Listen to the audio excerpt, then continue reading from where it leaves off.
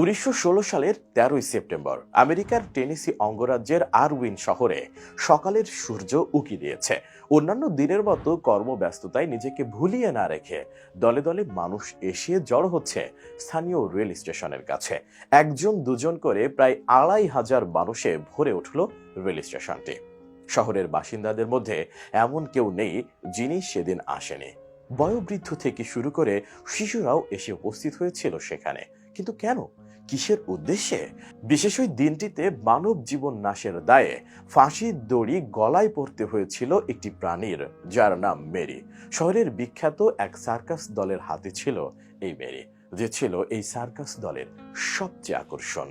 আজ থেকে প্রায় 100 বছর আগে 19 শতাব্দীতে চার্লি স্পাইক নামে একজন বালক তার বাবার সার্কাস দলে খেলা দেখাতো। তার বয়স তখন মাত্র 8 বছর। সে সময় চার্লির বাবা এই হাতিটিকে কিনে আনেন। ছোট্ট চার্লি এই হাতিটির সাথে সারাক্ষণ খেলতো। অল্প সময়ের মাঝেই এই হাতিটি তার বশে আসে। হাতিটির সাথে তার বন্ধুত্ব হয়।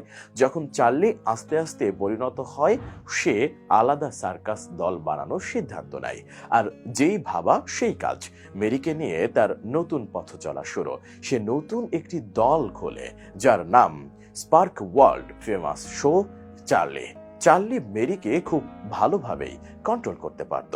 তাছাড়া তাকে দেখাশোনার জন্য আলাদা মাহুত ছিল। কিন্তু ভার্জিনিয়া যাওয়ার আগে কোনো এক অজানা কারণে মেরির পুরনো মাহুত কাজ থেকে অব্যাহতি নেয়। যদিও চার্লির কথাতেই মেরি উঠত বসত এবং এমনকি শান্তও থাকতো, তবুও মেরির জন্য একজন মাহুত আবশ্যক হয়ে পড়েছিল। শেষমেশ মাহুত ছাড়াই সার্কাসের দল পৌঁছায় ভার্জিনিয়ায়। ভার্জিনিয়ার সেন্ট পল এলাকায় তাঁবু পড়ে সার্কাস ওয়ার্ল্ড ফেমাস শোর। এ সময় মেরির মাহুত হওয়ার জন্য আবেদন জানান স্থানীয় একটি হোটেলের কর্মচারী ওয়েটার ব্রেড এলড্রিজ। এলড্রিজ এই কাজে মোটেও অভিজ্ঞ ছিল না, তবে এলড্রিজের আবদার দেখে চার্লি তাকে হাতির দেখাশোনার দায়িত্বে নিয়োগ দেন। এলড্রিজকে হাতি দেখভালের যাবতীয় নিয়ম কানুন শিখিয়েও দেওয়া হয়। 1916 সালের 12 সেপ্টেম্বর খেলা দেখানোর দিন নতুন মাহুত এলড্রিজকে হয়তো মেনে নিতে পারেনি মেরি, কারণ এলড্রিজ মোটেও অভিজ্ঞ ছিল না। ফলে খেলা দেখানোর সময় এলড্রিজের নির্দেশও তেমনভাবে সাড়া দিচ্ছিল না মেরি। এলড্রিজ বারবার চেষ্টা চালাতে থাকে মেরির মাথায় রডের খোঁচা দিয়ে বাগে আনার চেষ্টা চালায় অনভিজ্ঞ এলড্রিজ। আর এতেই মেজাজ হারিয়ে ফেলে মেরি। সে প্রচুর ক্ষিপ্ত হয়ে ওঠে। চোখের পলকেই এলড্রিজকে সুরে পেঁচিয়ে মাটিতে আছাড় মারে মেরি। পা দিয়ে মারিয়ে দেয় এলড্রিজের মাথা। সে সময় ভয়ঙ্কর এক ব্যাপার গড়ে ওঠে। ঘটনাস্থলেই প্রাণ হারায় এলড্রিজ। চোখের সামনে এই ঘটনা দেখে আতঙ্কে সার্কাসের তাঁবু ছেড়ে পালিয়ে যান দর্শকরা। পুরো ব্যাপারটা তীব্র ত্রাসের জন্ম দেয় শহর জুড়ে। এই খবর দ্রুত ছড়িয়ে পড়ে চতুর্দিকে। স্থানীয় পত্রপত্রিকায় লেখালেখি শুরু হয়ে যায় মেরিকে নিয়ে। মেরির মালিক চার্লি সকলকেই বোঝানোর চেষ্টা করেন যে সেদিনের ঘটনায় দোষ মেরির নয়, এলড্রিজের। যেহেতু এলড্রিজ ছিল নতুন, সে মেরিকে কন্ট্রোল করতে পারছিল না।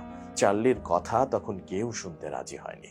শহরের বেশিরভাগ মানুষ একজোটে মেরিকে সর্বোচ্চ শাস্তি অর্থাৎ জীবনের বদলে জীবন দেওয়ার সিদ্ধান্তে অবিচল রইলেন। অবশেষে ওই ঘটনার পরের দিন মেরির শাস্তি কার্যকর করতে ইন্ডাস্ট্রিয়াল ক্রেন নিয়ে আসা হলো। মেরি ছিল অনেক ভারী, তার ওজন ছিল প্রায় 5 টন।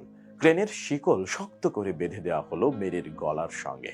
নির্দেশ পেতেই এক টানে মেরিকে মাটি থেকে প্রায় 20 ফুট উপরে ঝুলিয়ে দিল ওই ইন্ডাস্ট্রিয়াল ক্রেনটি। সেদিন স্টেশনে প্রায় 2500 মানুষ খুব মজা করে ব্যাপারটি দেখছিল। তারা বুঝতে পারেনি মানবতার ঠিক কতটা নির্মমতার উদাহরণ হতে চলেছে তারা। কিন্তু ক্রেনের শিকল ছিঁড়ে মাটিতে আছড়ে পড়ে প্রায় 5 টন ওজনের মেরি। দারুণভাবে আহত হয় অবলা প্রাণীটি। তবু মেরির কান্না কারো কাছে পৌঁছালো না। তাতেও শান্ত হলো না কয়েক হাজার মানুষ। শিকল বেঁধে ফের মেরিকে ঝুলিয়ে দেওয়া হলো। ছটফট করতে করতে কিছুক্ষণের মধ্যেই শেষ হয়ে গেল মেরি। এভাবেই একটি নির্মমতার ইতিহাস হলো গোটা পৃথিবী।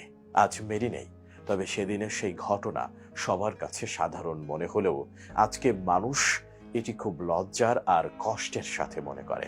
তারা বুঝতে পারে এটি ছিল একটা বড় ভুল, আর সেই শহরে তারা ফান্ড করে মেরিন নামে একটি তহবিল গঠন করেছে। সেখানে অবলা হাতিদের দেখাশোনা করা হয়।